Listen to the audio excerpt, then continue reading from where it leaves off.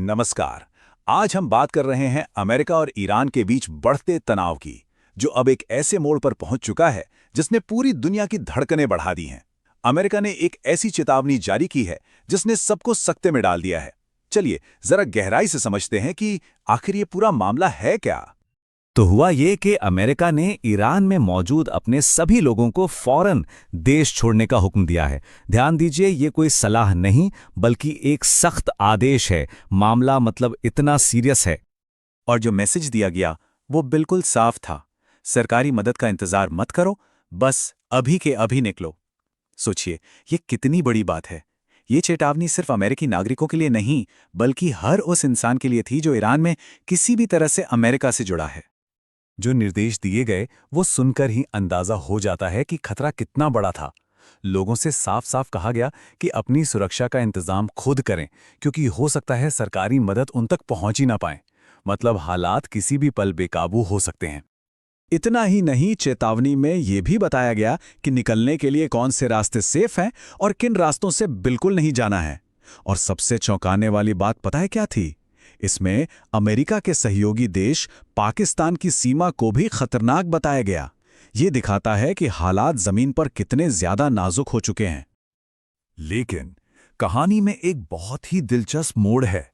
जिस वक्त ये सारी चेतावनियां जारी की जा रही थी, उसी वक्त पर्दे के पीछे कुछ और ही खेल चल रहा था। और ये तस्वीर इस पूरी उलझन को साफ कर देती है। देखिए, एक तरफ अमेरिका जंग की जबरदस्त तैयारी कर रहा था, अपने जंगी जहाज भेज रहा था, तो वहीं दूसरी तरफ दोनों देश ओमान में बैठकर गुप्त बातचीत भी कर रहे थे। मतलब एक ही समय पर जंग और अमन दोनों की बातें। तो सवाल यही उठता है कि क्या ये सब सिर्फ एक प्रेशर टैक्टिक है? क्या अमेरिका हमले की धमकी देकर ईरान पर इतना दबाव बना देना चाहता है कि वो बातचीत की मेज पर उसकी सारी शर्तें मान ले? तो अमेरिका ने टेबल पर क्या रखा? ये हैं वो 4 सीधी सीधी शर्तें जो अमेरिका ने ईरान के सामने रखी थीं। और संदेश बिल्कुल साफ था, या तो इन शर्तों को मानो या फिर जंग के लिए तैयार हो जाओ। तो अब जरा जमीन पर नजर डालते हैं। इस जियोपॉलिटिकल शतरंज की बिसात पर मोहरे कैसे बिछाए जा रहे हैं, ये देखना बहुत जरूरी है। हफ्तों का सफर तय करके अमेरिका का एक बहुत बड़ा, मतलब बहुत ही बड़ा जहाजी बेड़ा, जिसकी अगुवाई यूएसएस अब्राहम लिंकन कर रहा है, अब ईरान के पास पहुंच चुका है। ये वही बेड़ा है जिसे पहले वेनेजुएला की तरफ भेजा गया था और अब इसका मुंह ईरान की तरफ है।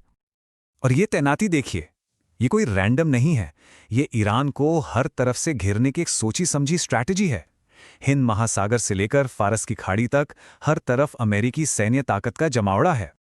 और फिर चिंगारी भड़की। तनाव तब एकदम से बढ़ गया जब अमेरिका के एक F-35 फाइटर जेट ने ईरान के एक जासूसी ड्रोन को हवा में ही मार गिराया। अमेरिका का कहना था कि ईरान इस ड्रोन से उनके जहाजी बेड़े की जासूसी कर रहा था। अब जाहिर है ईरान भी चुप बैठने वालों में से नहीं था। उन्होंने भी जवाब दिया, अपनी ताकत दिखाकर। ईरान ने एक बैलिस्टिक मिसाइल का टेस्ट किया और यह संदेश दिया कि इस पूरे इलाके में मौजूद अमेरिकी ठिकाने और उसके सहयोगी देश सबके सब उसकी मिसाइलों की जद में हैं।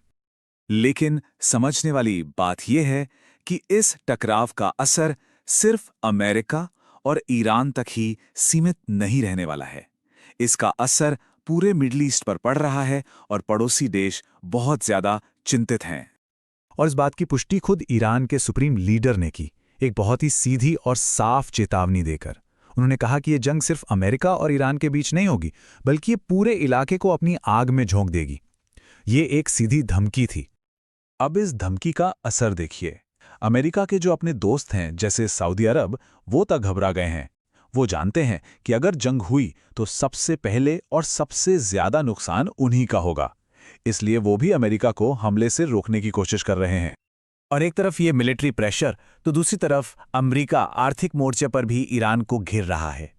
अमेरिकी अधिकारियों का तो ये भी दावा है कि ईरान का शासन अंदर से खोखला हो रहा है और उसके नेता देश से पैसा बाहर भेजकर भागने की तैयारी में हैं। बिल्कुल वैसे ही जैसे डूबते जहाज से चूहे भागते हैं। तो सवाल यह है कि हमें और आपको इससे क्या फर्क पड़ता है? क्यों ये मामला सिर्फ मिडिल ईस्ट का ना होकर पूरी दुनिया के लिए इतना अहम है? देखिए, अगर जंग होती है तो सबसे पहला असर पड़ेगा तेल की कीमतों पर, जो आसमान छूने लगेंगी। दुनिया भर का व्यापार ठप हो जाएगा और इसका सीधा असर भारत पर भी पड़ेगा, क्योंकि हम अपनी जरूरत का ज्यादातर तेल मिडिल ईस्ट से ही खरीदते हैं। 2000 किलोमीटर, जरा इस नंबर पर गौर कीजिए। यह है ईरान की नई मिसाइल की रेंज। इसका मतलब यह है कि ईरान सिर्फ अपने पड़ोसियों को ही नहीं, बल्कि दूर के देशों को भी निशाना बना सकता है, जो पूरे इलाके की स्थिरता के लिए एक बहुत बड़ा खतरा है। तो एक तरफ जंगी जहाज तैनात हैं, मिसाइलें तैयार हैं, और दूसरी तरफ बंद दरवाजों के पीछे बातचीत की कोशिशें भी जारी हैं। पूरी दुनिया ने अपनी सांसें रोक रखी हैं। क्या कूटनीति इस तबाही को रोक पाएगी, या ये इलाका एक और भयंकर जंग की आग में झुलस जाएगा? ये वो सवाल है जिसका जवाब आने वाला वक्त ही देगा।